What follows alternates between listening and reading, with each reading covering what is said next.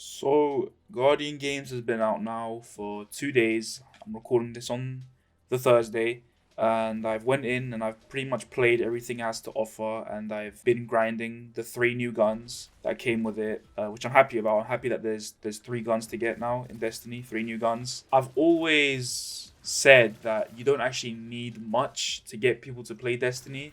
I haven't been playing Destiny, for the past month and a half. Like I haven't touched it. I've been playing Marathon because that's Bungie's baby right now. But hey, you add three guns, I'll play, and other people will play too. So essentially, what you do is you do the usual where you do bounties and you do activities with the bounties on, and you get the medallions, you deposit them, which gives your class points, and you get loot in return. But I don't really do that. I sort of just play whatever the thing is and then hope that I get the god roll. I don't bother with the bounties because Destiny has now become a game where doing bounties is effort because the activities you go and do these bounties in, the enemies will nuke you so hard, right? The PvE meta of Destiny has become brain rot. It's brain rot. It's either nuke or be nuked. So I have a bounty where it's like, oh, get precision kills. Why would I ever do that? I'm not even using a primary weapon. I'm using a lightsaber from Star Wars, and I'm using a grenade launcher that shoots flames, and I'm using another sword that makes me go fast. Why would I ever do that bounty? And the new activity is actually a great activity on paper. It's a five boss rush. So you do five bosses, you go through them with a timer, and you get to the end, you get some loot, right?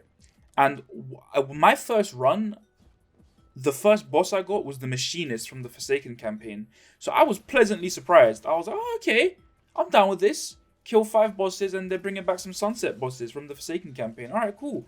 So I kill that boss, and then the next one is the Gate Lord, the Nightmare Gate Lord on the moon. Like, what a drop off, man. What a drop off. That boss sucks, bro. Nightmare boss fights are terrible. Having to kill the little mini nightmares to get the unstable essence so you could do damage and stuff. Oh my fucking god. It just killed the momentum completely. I was really enjoying it. And there are other good bosses as well. Like, they brought back the final boss from Forsaken.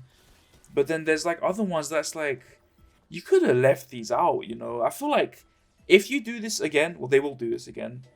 Do this mode, but just do it with strike bosses, okay? Just like the end of the strike, you know? Just skip to the end of the strike, spawn us at the boss, and let us melt the boss, and it will be a good bit of fun. Let us get in, get out, get our loot. Because sometimes you reach a point in these boss fights where, especially if you do the other one where it's randomized, you'll just get a boss that has like one or two little annoying things that just extend it. As I'm doing it, I'm just thinking, man, do I really gotta keep doing this? Because I'd rather be playing Crucible right now, man. And that's what I've been doing. I've been playing look at this gameplay here. This is fresh gameplay. I'm playing the Crucible. I'm like, this is not my game mode. But I'm enjoying this more than doing the boss rush, which makes no sense because I think it's a cool mode. Like, I would do it. It's just some of these bosses are just, I don't care for them. So yeah, if you want to play Guardian games, which I think you should because there is one gun that you need to get, play Supremacy. Get on a class, play Supremacy. It does suck that like I was playing with my mate here, and he's a hunter, and I flex actually, but I was on my Warlock, and so I had to switch to my Hunter and make a quick PvP build on it. Really pissed me off because I don't really play PvP that much, let alone on my Hunter. Even though I get all my power levels up and shit like that. Just get on, and if you like the boss rush, play it. If you got competent teammates, play it. But if you're matchmaking, then good luck. I'm gonna quickly list off the roles that I'm going for, but I want to just quickly say D2 Foundry is down. Like, the game is so dead that D2 Foundry is down, and that's pissing me off, bro. Like, come on, man. But anyway, let's get into these god rolls. The first gun is a shotgun hand cannon, triple laureate. It's stasis, so it's in the top slot.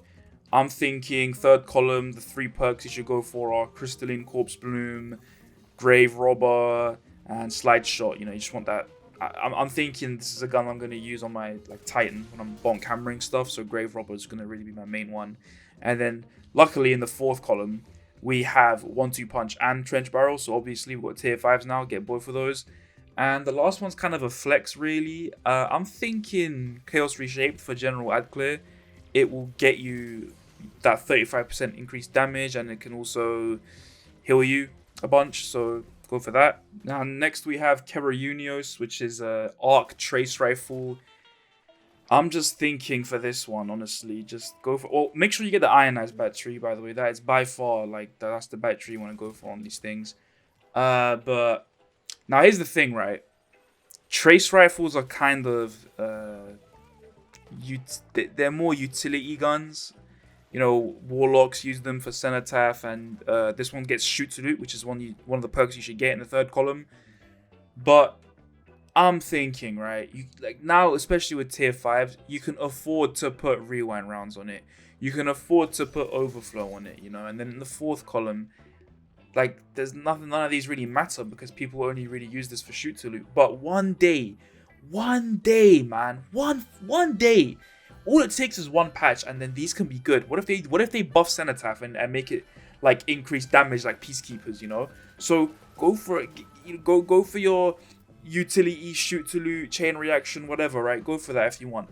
But I am going for target lock, obviously chain reaction, and jolting feedback in that fourth column. One day, man. And by the way, it's not dumb to bring a rewind rounds jolting feedback thing. Even now, it's not even dumb to do that now. You can still stun some stuff, you know, an overload or whatever. It's got its uses, so go for that. And now we get to the beacon, which is the absolute must-get gun, because finally we can have a solar rapid-fire frame fusion rifle to replace the shitty Cartesian coordinates we've been using, the lead from gold, Vorpal weapon Cartesian coordinates. The second this update dropped, I deleted my Cartesian coordinate. I haven't gotten the beacon that I want yet, the full 6 out of 6 that I want, but I will get it. I'm going to keep playing. And, you know, arrowhead break, get the ionized battery.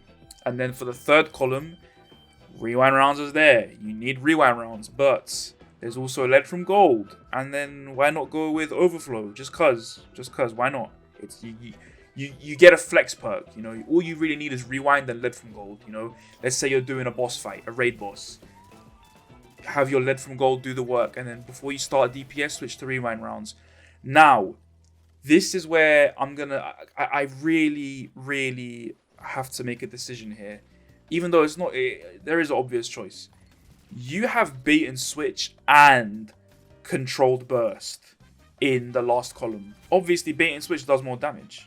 It does 30% more damage. You have to just, you know, tickle the boss with your other weapons, and then you got 30% more damage for 10 seconds, and then you can just refresh it. It's easy. Controlled burst is 20% damage, but you just keep shooting. Just keep shooting. Now, I would just say get bait and switch and then get controlled burst if you don't trust it, whatever, if you want to just, you know, be extra safe, and then get burning ambition, because I think burning ambition is a great utility perk. Just if I can't be bothered to put on an unstop mod for anything, I'll just use a gun with burning ambition, and that's how I get my unstops. But I'm just gonna trust my gut here and go with bait and switch, burning ambition, and deconstruct.